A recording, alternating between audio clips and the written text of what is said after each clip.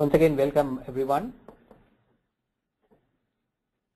Today we have our webinar on security architecture best practices for SaaS applications. SaaS has come a long way, as you might all have seen. Right from the last decade or so, it has been picking up pretty fast. A lot of technologies have come through and several innovations have been made. But there is still that one question or one concern that is there in the minds of both the provider as well as in the consumer, which is the security. So today's webinar, we are going to be discussing some insights about the best practices involved in designing and constructing a SaaS application from a security standpoint. Okay. So before we get in, let me just give a few housekeeping instructions. So all your phones are set to mute. So in case if you have any questions, please use the questions window to type in your question. We'll be collecting all the questions and we'll be answering them towards the end of the session. In case if we are not able to answer, we'll ensure that we mail back the response to you. So before we get started, I'll just give a quick intro about Texo and who we are. Texo is a cloud-ready multi-tenant SaaS application development framework.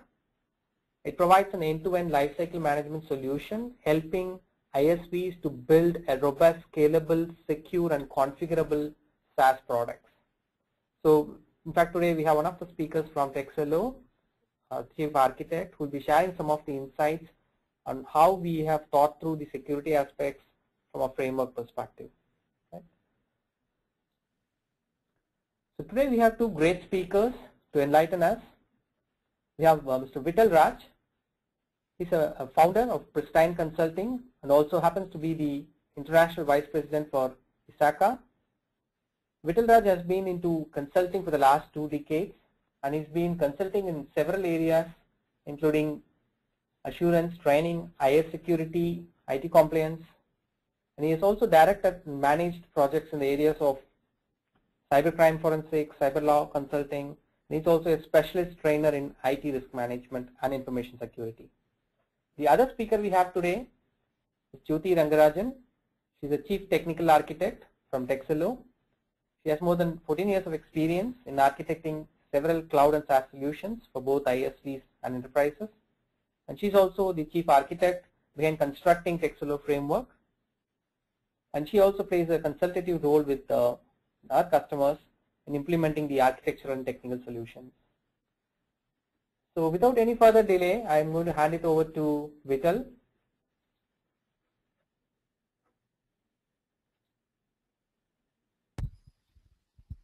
Hi, good afternoon to you all. Thanks, Janaki, for that nice introduction.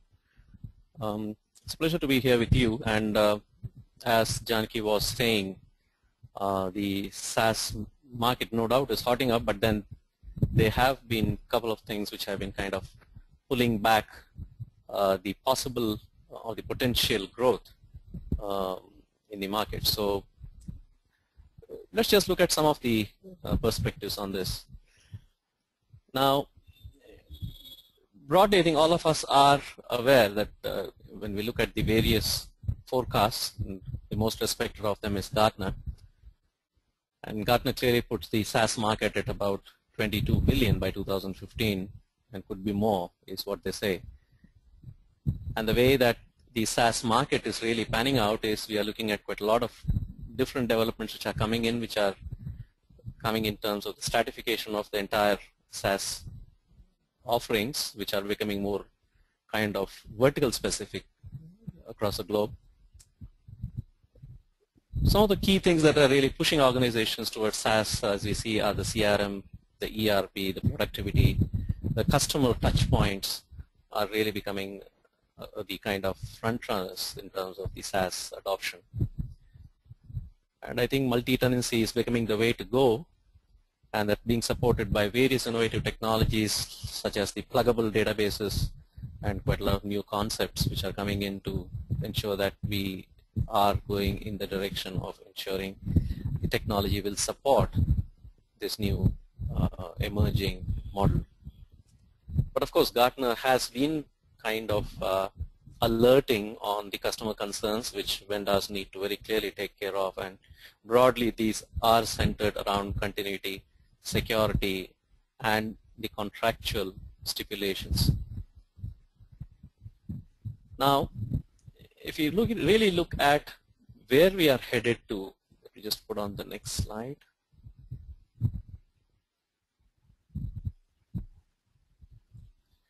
So just let us look at what's slowing down this SaaS adoption. The primary amongst them are the application control and security governance issues, which are on top, because when it comes to a SaaS solution, here is a solution which is now becoming more sensitive than the other cloud models because of the entire business logic which is hosted on a multi-tenancy scheme of things. Plus, of course, the data resides with the cloud service provider. So these two are kind of highly sensitive points which bring in quite a lot of concerns, both regulatory as well as enterprise governance concerns which start coming in.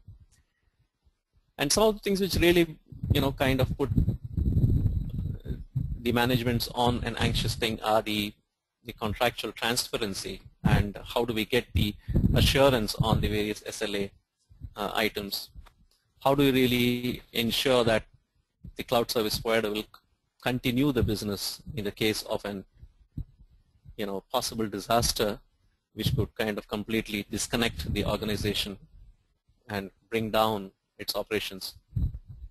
And of course, the several issues surrounding security, especially in a multi-tenancy model. How do we ensure that there would be a Chinese wall which would be kind of independently assured on a risk-driven security model, how identities would be managed, and the increasing number of countries coming up with privacy regulations, various regulatory stuff on the verticals like the banking, the securities trading and kind, so which are putting in a lot of new regulatory issues around it.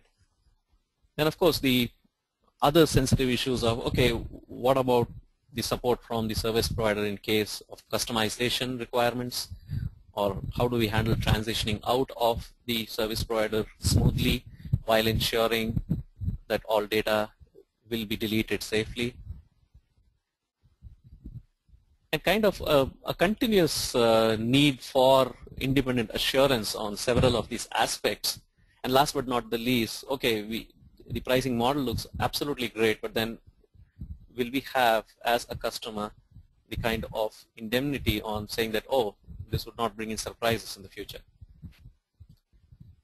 So there have been several, of course, surveys, and one of the most popular ones is by KPMG guys, and you can see one of those graphs coming on there which kind of highlights the concerns are almost same across the globe. So you see on a point scale of 5 on the various aspects that we just discussed, the concerns are around 4+ in most cases. So how do we get this solution to this entire problem? There are two things around this. One is to find solutions which are not only seen as solutions by the cloud service provider, but accepted by global best practices as solutions for the various concerns. And two, they are sustainable and they will work not just one time but every time, and in spite of whatever happens to the people running the cloud service provider's entity.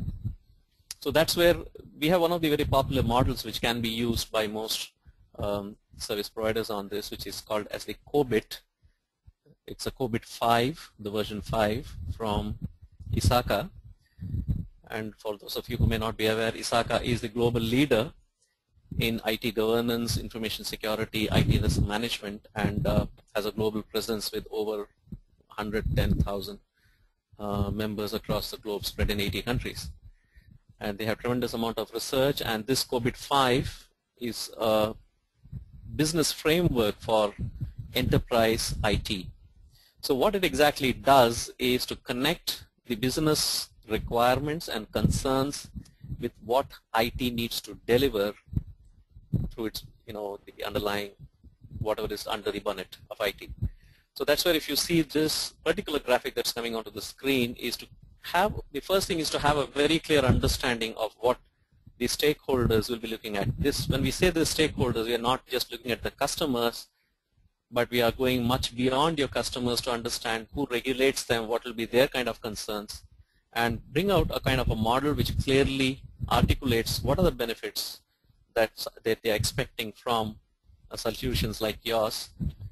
But then the silent but the kind of highly concerning trust needs, which is the risk optimization, and obviously everything has to come at an affordable cost. So these are kind of three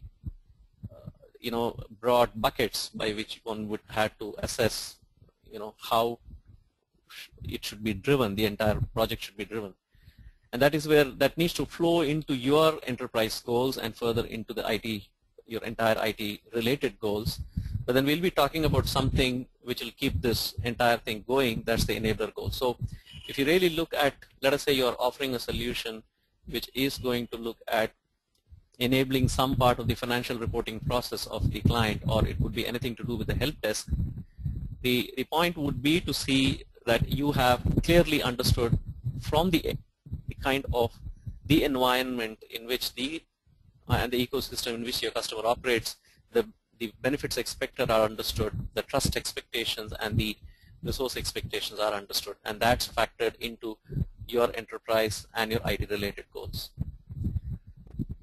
So moving on, of course, that would further translate into the nitty-gritty, which would be various processes that you will have to run, and which will be with the theme of what we discussed earlier. I'm sure you'll hear Jyoti coming up with quite a lot of good things around many of these and insights around those.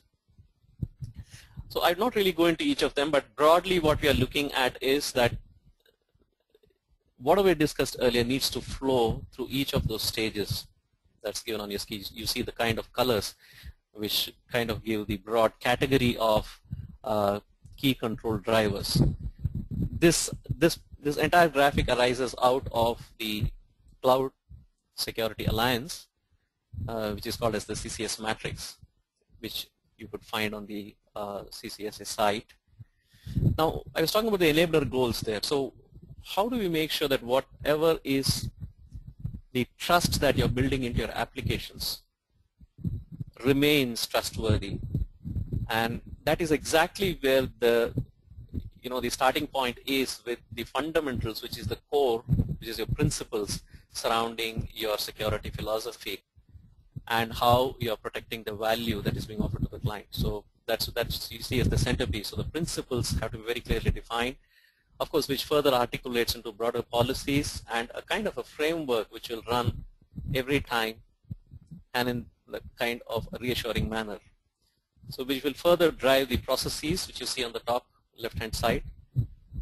So you have very clearly articulated processes which are founded on these principles, policies, and the frameworks, and then who is to do each of those aspects. So if you take, for example, a simple thing like security architecture, you have a designated person, you have certain fundamental principles, you may have processes, and that's what really drives the entire thing. So it's a kind of repetitive, continuous improvement scheme by which it runs.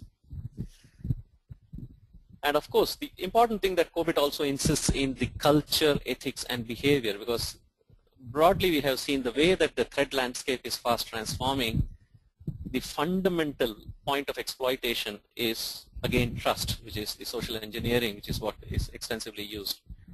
And if you take insider threats, again, it arises from what is the kind of example being set. So it's extremely essential to understand and kind of lay out a culture which drives trust as its fundamental foundation.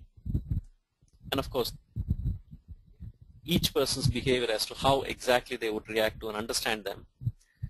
And if you see, the 5 is about the information, which of course is critical to understand what is the kind of information and what kind of, whether regulatory or data protection or value or public exposure, what kind of characteristics will it have. And based on all this is where you build really the 6, which is the service, infrastructure, and application. So if you see, the entire thing comes out of this and it drives your entire foundation of your core engine. And obviously you need your utmost assets, which is a skilled people and competencies, to be constantly kept on the foot. So broadly, if you look at the next slide, it brings up some of the several and very common key concerns from the operational risks in any kind of SaaS service. I'm not going to go too much into details of all this, but then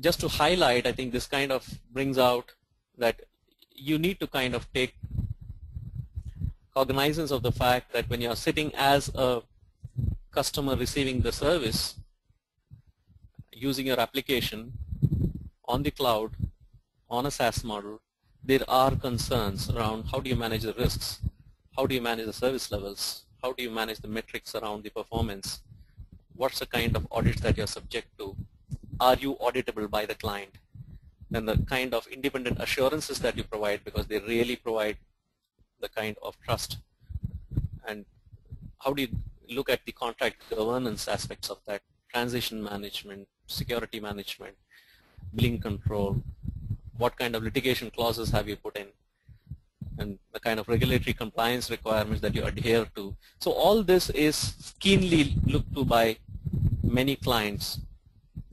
There'll be many who may not really look at it now, but then believe me, that's exactly where, by being proactive, you offer yourself to be competitive, not just in the short run, but in the long run. And again, you know, there are several surveys, but then you'll find that one of these surveys here, again by KPMG, which points to the concerns around the various aspects, which shows that, you know, the customers are thinking around many of these aspects and are looking forward to the vendors and service providers offering comfort around these. So, of course, there are a whole lot of, you know, international standards which act as guidance, which can be very effectively used. Now, the idea is to not get lost in these standards, but then to use them as the guidance and build your own kind of your framework or the standard. And if you see, one of the very useful ones is, of course, COBIT, which is on top, which is a kind of governance model. And there is a specific publication on controls and assurance in the cloud. It's a kind of table laid out and you could use it. And one of the most popular things is also the sixth item, which is the Cloud Security Matrix, which is by the Cloud Security Alliance. So you could find these two particularly to be immediately compelling, and you could use them to your advantage. So the point ultimately that, you know, we need to understand is, it is not the question of just you're winning a customer now, but the biggest challenge that is going to be forthcoming is how do you retain, because you'll find that customers have the option to quickly jump the service providers and the vendors. So it's important to see that right at the root of your core, of your principles that guides your entire offerings, and the way that it is built. Of course, there'll be obviously a lot of you know, drivers around how to make them more and more competitive. But then one of the silent items which is always a customer is looking for is how trustworthy are your offerings and how trustworthy as an organization are you. So that's what I consider as, you know, the key to customer acquisition and loyalty. So broadly, it's a kind of a very fine trapeze act, balancing the value that you're offering and reinforcing with the kind of trust that is kind of the foundation to any kind of SaaS offering especially, and building that confidence around your customers so that they understand you don't just offer great things, but then you also make sure that you're protecting their interests. So that's what is going to be the kind of, I would say, underlying win component in the market that's coming in. So I'd just like to stop here and maybe hand over the session back to Janaki, and I'm sure there is an opportunity at the end of this session for some questions. Janaki, would you like to take over? Thank you, Vital. Thanks for that great insights. Thank you. So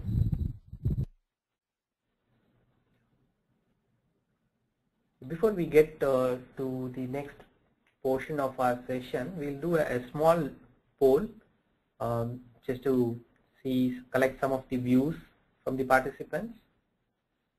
So let me launch the poll questions here. All right, so we'll go to the first poll question.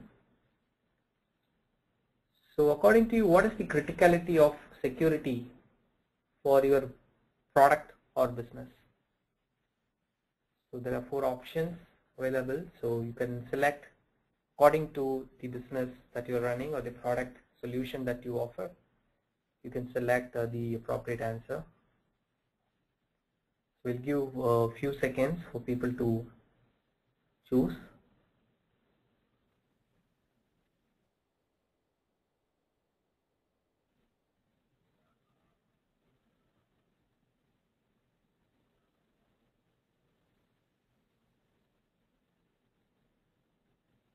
All right, few more seconds before we close this poll.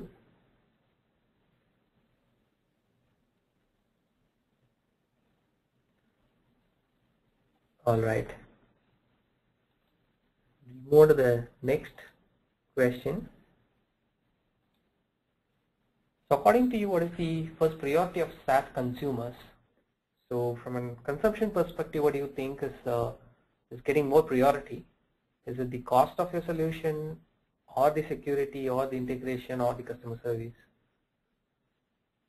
I'm sure you must have experienced different kinds of customers, each having their own priority. It will be great to get some insights from different people in the audience to see how it kind of spans out from a reality per se.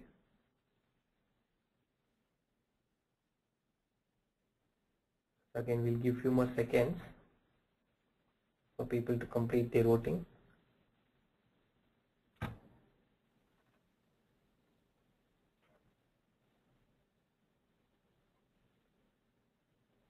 All right.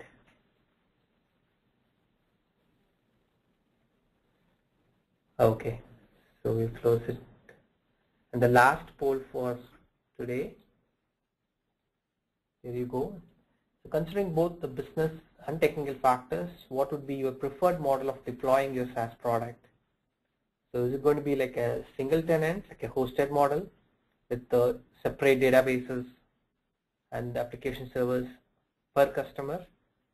Or is it going to be a multi-tenant system where the application servers are common, but then you may have separate DBs or isolated DBs by customer? The third option is a true multi-tenant system where the application server as well as the database server are common across all the tenants. So again, we'll give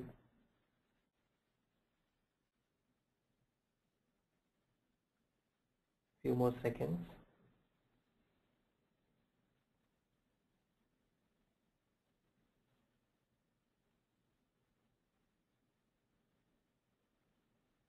All right, so we'll close that one as well. So we'll share these results quickly before we move on. So the first poll we had was on the criticality of security. So of course, I think it's very clear with SaaS in picture.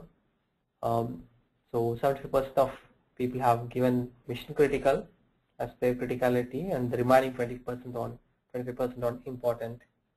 So that kind of shows the importance of security from a product and business perspective. Reconfirms it. And the second question we had was from a consumer perspective, what do they foresee? So security and integration together kind of stands out, each 44%. And then comes the cost and customer services, again taking equal weightage, 22%. And the last question we had This is an interesting one. So we have a clear winner here. It is almost 86% of people preferring a multi-tenant solution, however having the databases separated by customer. And this is something a very common trend that we have also seen in many places for various reasons, for security reasons, for business reasons. So a lot of people go for isolated databases compared to the true multi-tenant system. So that kind of reconfirms it again. All right. So with that, we will move on to the second portion of our session today. So let me bring in Jyoti. Jyoti, all over to you. Thanks, Janaki. So SaaS security as such can be broken down to network security, infrastructure security, and the application security, or what we call as the software security. In this part of the webinar, I'll be talking more about the SaaS software security, which is very crucial from a SaaS standpoint. What you're seeing now are some of the repeated security questions a SaaS provider is going to face from the customer related to the software security.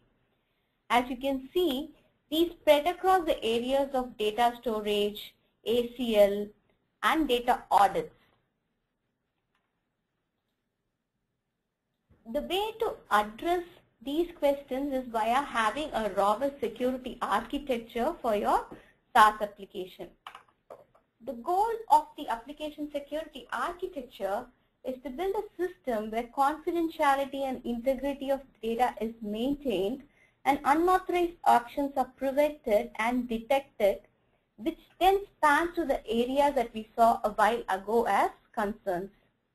Once you have such a security architecture, the concerns we saw earlier are automatically addressed.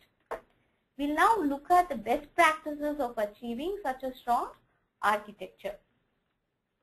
To begin with, when we talk about confidentiality and integrity of data, it's extremely important to have a strong mechanism to prevent tenant data crossover. So the way a tenant data is stored and retrieved is the first design and approach, in fact, you should be concentrating on for a SaaS application. The data isolation options available in front of you are either isolated database for each tenant, shared database, different schema for each tenant, and shared table for each tenant where data is segregated by an identifier such as tenant ID. But the highest level of security is achieved when data of different tenants reside in different databases. It gives extreme scalability and operation efficiency to have data of multiple tenants shared in a single database and table.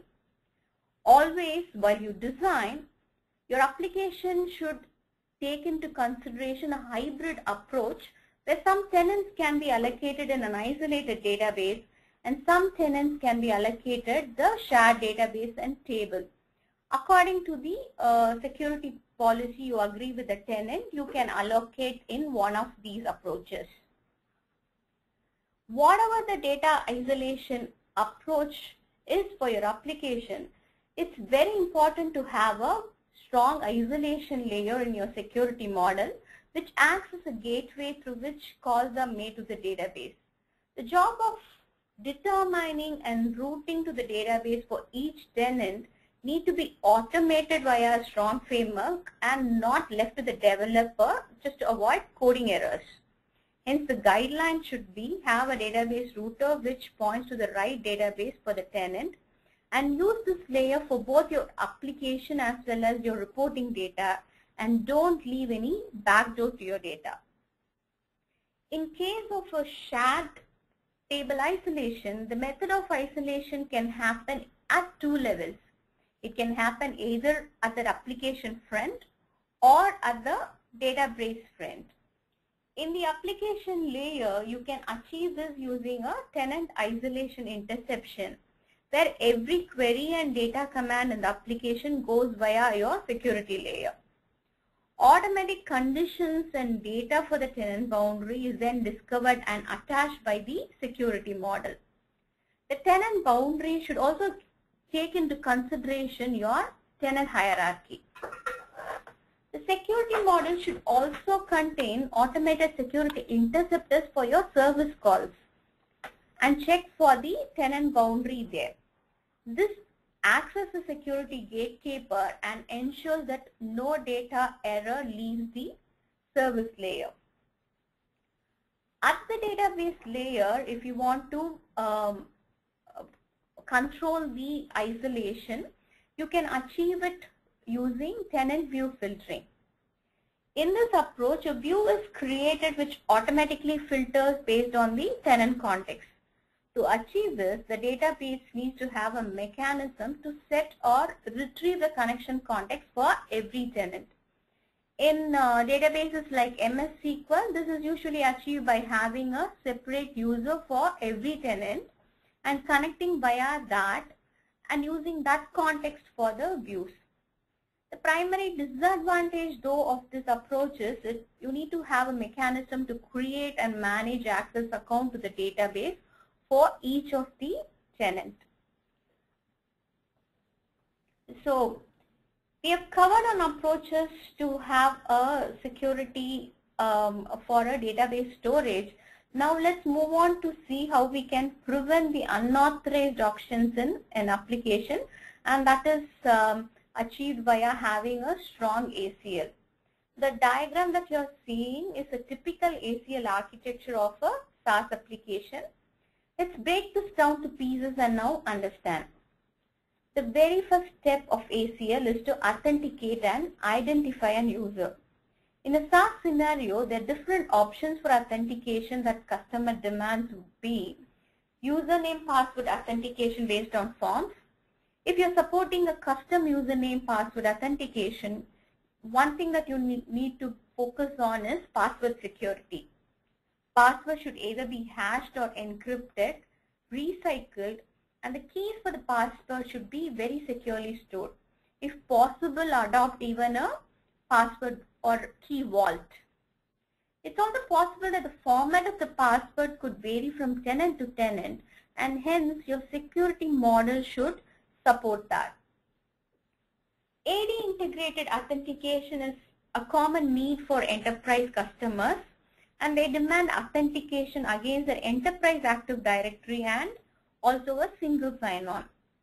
For this, you could use federated authentication and integrate with federation authenticated federated servers such as ADFS, Azure Access Control Services, or Oracle Identity Federation Servers, and so on.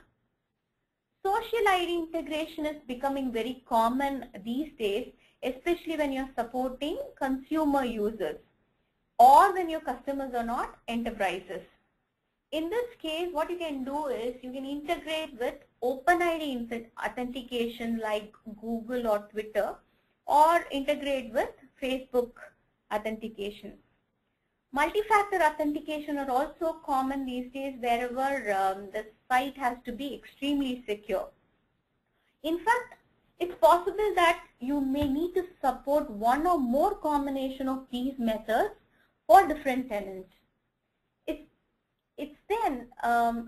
It's very essential hence to separate your service or identity provider to take care of the authentication from your application, and the identity provider should support a claim-based token that's responsible for authentication against all the preferred options that we saw with respect to the tenant. Now we have covered the authentication details. Now let's get into the authorization portion. Authorization in fact needs to be in place for all your gateways of your application. Two important gateways from a SaaS perspective is your application itself and services that you're exporting to external world, which in a wider case right now is going to be REST services. Let's look at what we need to consider for the ACL of these two gateways. Authorization is typically controlled via privileges in a SaaS environment. Your authorization model should be split two things. One, ACL metadata services and control services. The metadata services consists of the ACL definition for the tenant. It's more likely to be privileges that are mapped to roles or user groups, and then users group to or map to roles. The control services then make use of the metadata services and control different access in the application, such as actions a user can perform, data that a user can view, fields that the user can view or edit. It could get as granular to a field level as you can see. All these controls should be automated in your security model and should not be definitely left to the developer to code again and again. And this should be done for both the application and REST APIs. REST API authorization is a little different from web application authorization. The consumers of the REST APIs could either be your own internal mobile apps or external tenant applications, which would either be mobile apps or on-premise applications that the tenant have, right? For external application, it is required to support standard authorizations such as OWASP. But for internal mobile application, the authorization model itself should be lightweight, and hence it's wise to go for some custom proprietary protocols such as session token. And if you're integrating your presentation tier of JavaScript with your REST API, you could just use the cookie-based authentication like the normal web app itself, which would be extremely lightweight. Right? Now that we have covered on the aspects of ACL, now let's look into OWASP. When you're dealing with a SaaS web application, or in fact any web application, it's mandatory to be aware of OWASP, which stands for Open Web Application Security Project. The aim of OWASP is to normalize the range and the coverage in the market when it comes to performing application level security verification. They publish year on year the top threats with respect to web application security and ways to mitigate them. Now we look at some of the key threats and the way to mitigate it. Injection flaws are flaws where an application sends untrusted data to an interpreter. They are often found in SQL queries, XML paths, and it's quite difficult to find out these flaws just by testing. Usually it's discovered well with code level reviews. Scanners and fuzzers can also help attackers find injection flaws, right? The preferred option to mitigate this is to use parameterized data queries throughout your application and avoid any string concatenations. Whitelist input validation is also recommended to mitigate this flaw. Cross-site scripting is another threat. This flaw occurs when an application includes user-supplied data in a page sent to the browser without properly validating or escaping the content. The preferred option to mitigate this is to validate and escape all untrusted data based on the HTML context. Whitelist input validation is also recommended here. Other common threat is sensitive data exposure. Now in this, the flaw is that the sensitive data is not properly encrypted, or when it is encrypted, a weak cryptography is employed, or a weak key generation exists, or the key is compromised. The way to prevent this is to ensure that all the secure data is encrypted both at rest and in transit. In transit, both for web application and REST APIs, you could use HTTPS communication. And for the REST, you could encrypt using keys, as well as for some databases support the entire database encryption. You could use that wisely. Do not store any sensitive data unnecessarily and discard it as soon as possible. Ensure you have a standard algorithm used, and it's very vital to have a strong key management and recycling the key. Keys in fact can be even stored in key vaults, and it's wise to split the key and store it in two places where one person will not have access to both. Avoiding such flaws and verifying it is extremely important, as they can break a business. SaaS providers can verify the security of the application by security testing. Security testing can either be a dynamic testing, which normally scans all the URLs of the web application and detect any of the threats that we discussed, or it can be a static testing where the binaries or executables are scanned to detect vulnerabilities. These tests can either be done using tools or via third-party services such as Veracode, IBM, Parasoft, etc. Right?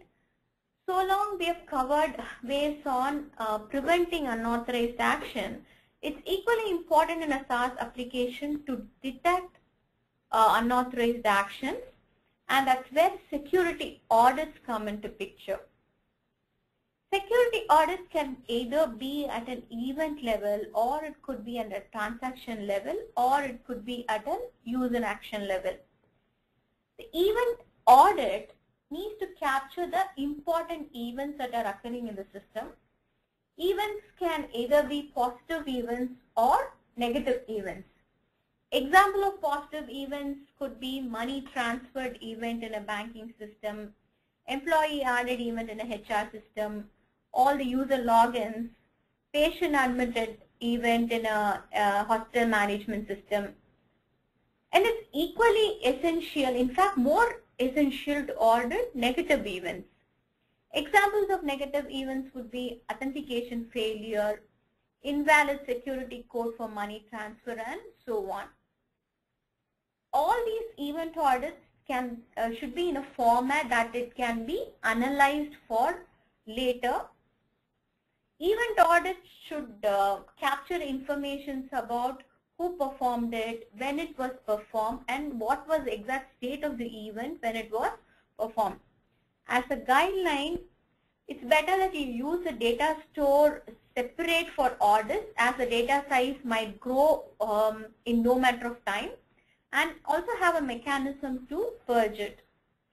If you need a real-time audit info, you should opt for a audit caching. What you are seeing on the screen here is a sample of the event audit stream in an application. Right? Transaction audits can either are done at each and every transaction level, and this can either be a change audit, which captures just a change between different transactions, or a snapshot audit, which captures the exact snapshot of the transaction. Right? So this is like, snapshots are like maintaining the history of the record. Snapshots are better if historic data are going to be required in the system. For both of these audits, adopt for an asynchronous method of auditing from a performance standpoint. Right? The next kind of audit is a user action audit, which tracks all the user actions in the application, such as user info, date time, response status, and if any exceptions have happened while the user is performing the actions. The audits can either be captured at an application level and analyzed, or you could use the web server logs, right? Any of the popular web servers that if you're using, you could use their logs to analyze these details, right? what you're seeing right now is an example of a screen which shows you the analysis of the user action. I hope this has given you enough information on building a strong application security architecture. With this, I'll pass it on to Janaki. Thank you, Jyoti. Thanks for that great presentation. So just before we conclude this, let me also give you a quick idea of Texo and what it is. I just gave you a brief in the initial portion. This is a picture of the stack that Texo has. Like I was mentioning, Texo is completely aimed towards enabling the development of SaaS products in a much faster pace without worrying about some of these nitty-gritty aspects related to security, configurability, administration aspects of it. So as you could see here, Texo has more than like 30 plus modules segregated under various heads. Like the administration module contains tenant provisioning, licensing, the complete billing, invoicing, payment collection, right? Similarly, from a security perspective, it has out-of-box modules for user management, role privilege management, something called dynamic data scope, which can apply a security check at a row level, not just on column level, and auditing. So in fact, some of the screenshots Jyoti was showing were from the framework itself, coming from the auditing modules of it. And the other biggest challenge with SaaS is the configurability between one customer to another customer. So there are plenty of modules to enable the product to embrace these configurability changes. So instead of hard coding, instead of customizing the code, you should be able to configure the application. So that's the whole idea.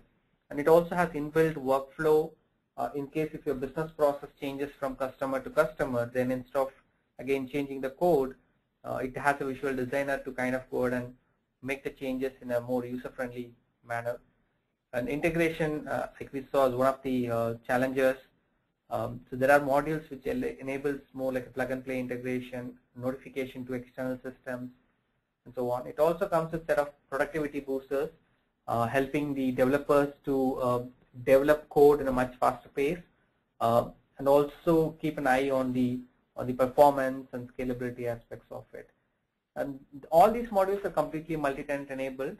So and the entire framework is available in the form of like APIs and libraries. So it kind of coexists along with your source code, with your product, and gets deployed in the target environment of your choice, which could be Amazon or AWS or an Azure or HP Cloud.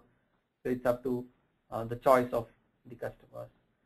And so in fact, Cello has implemented the security aspects that Jyoti was mentioning during her session.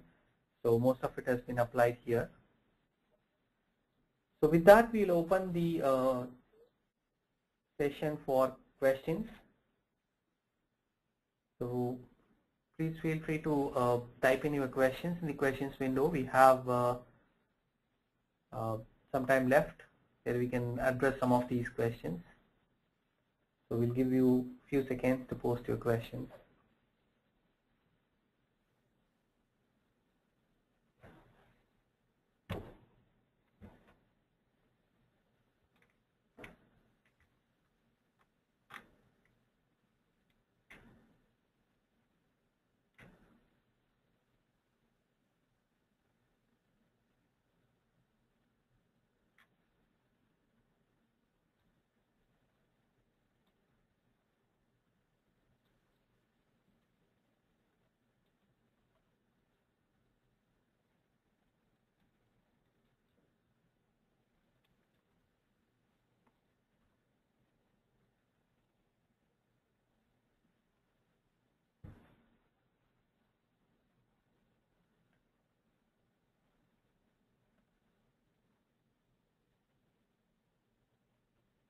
Okay, so we have a few questions coming up, so we'll get started with some of these questions.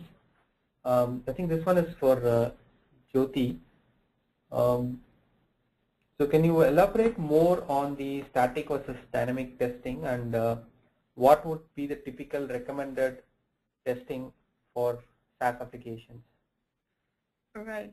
So dynamic testing, as I explained, is where a vulnerability check happens across the URLs of the web application that is hosted.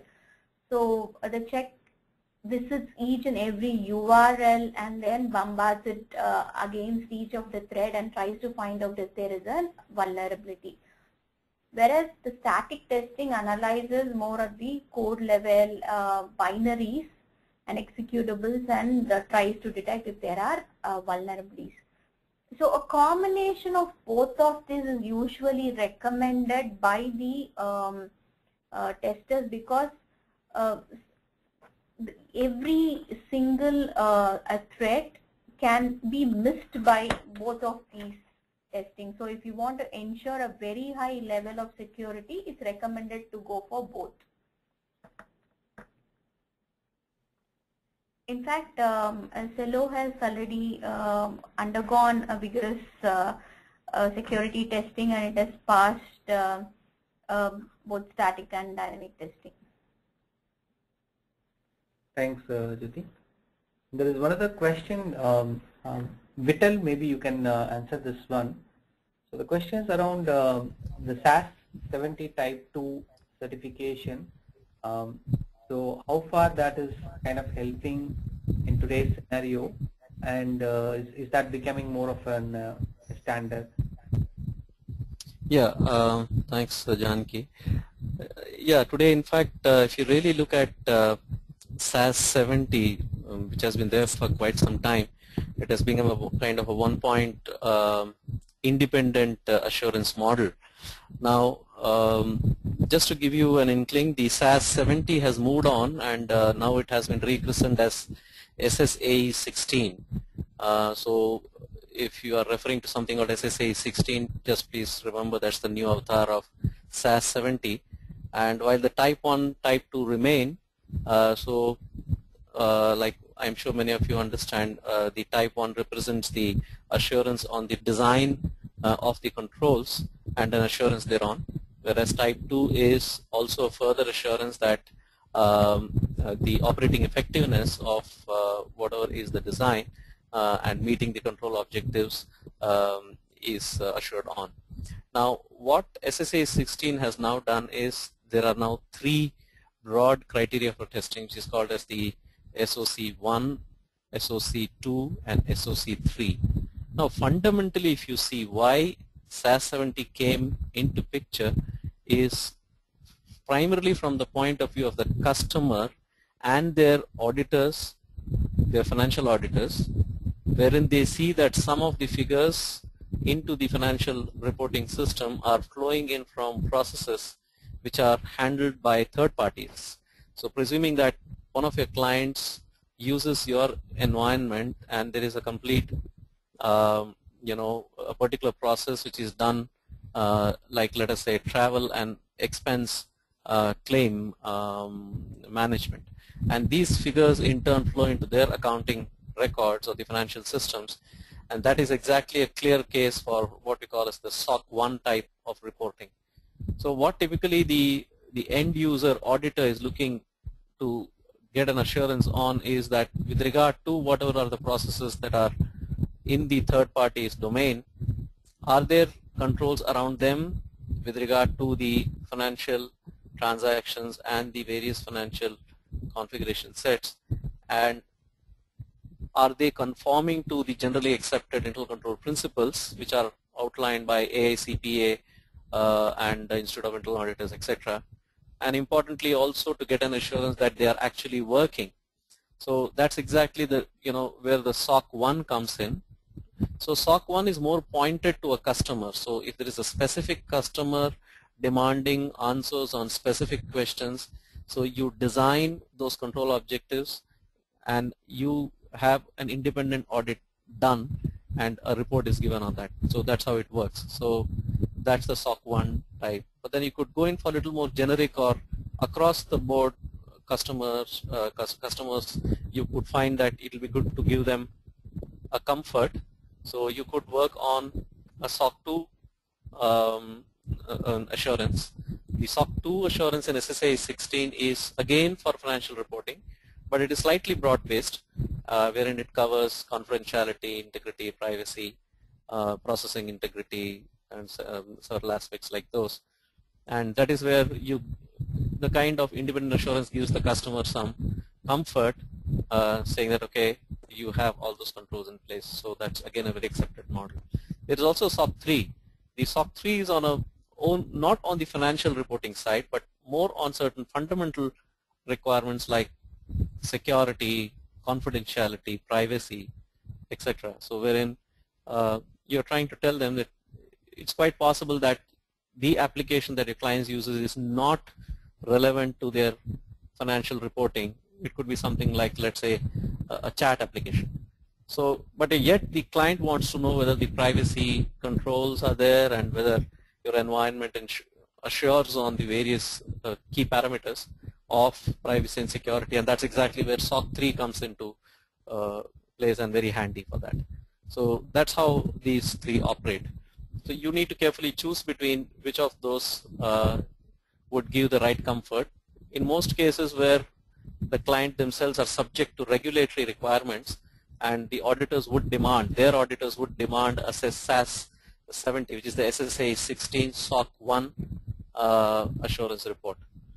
Just to give you one point, the SSA 16 is an assurance reporting model. It is not like ISO 27001 wherein you have a preset standards which need to be met.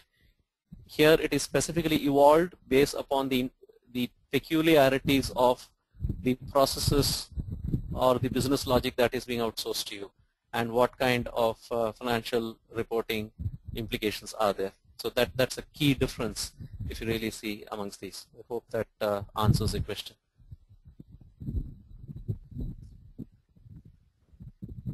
Thanks, Vital. I think that brings us to the end of this webinar. Once again, thanks everyone for taking the time to participate in this webinar. And thank you, Vital, and thank you, Jyoti. Thank you. Be sharing the slides to all the participants as well as the people who have registered for this webinar. And please feel free to email us in case if you have any questions. Thanks once again, and look forward to see you all in the next webinar. Thank you. Bye. Thank you.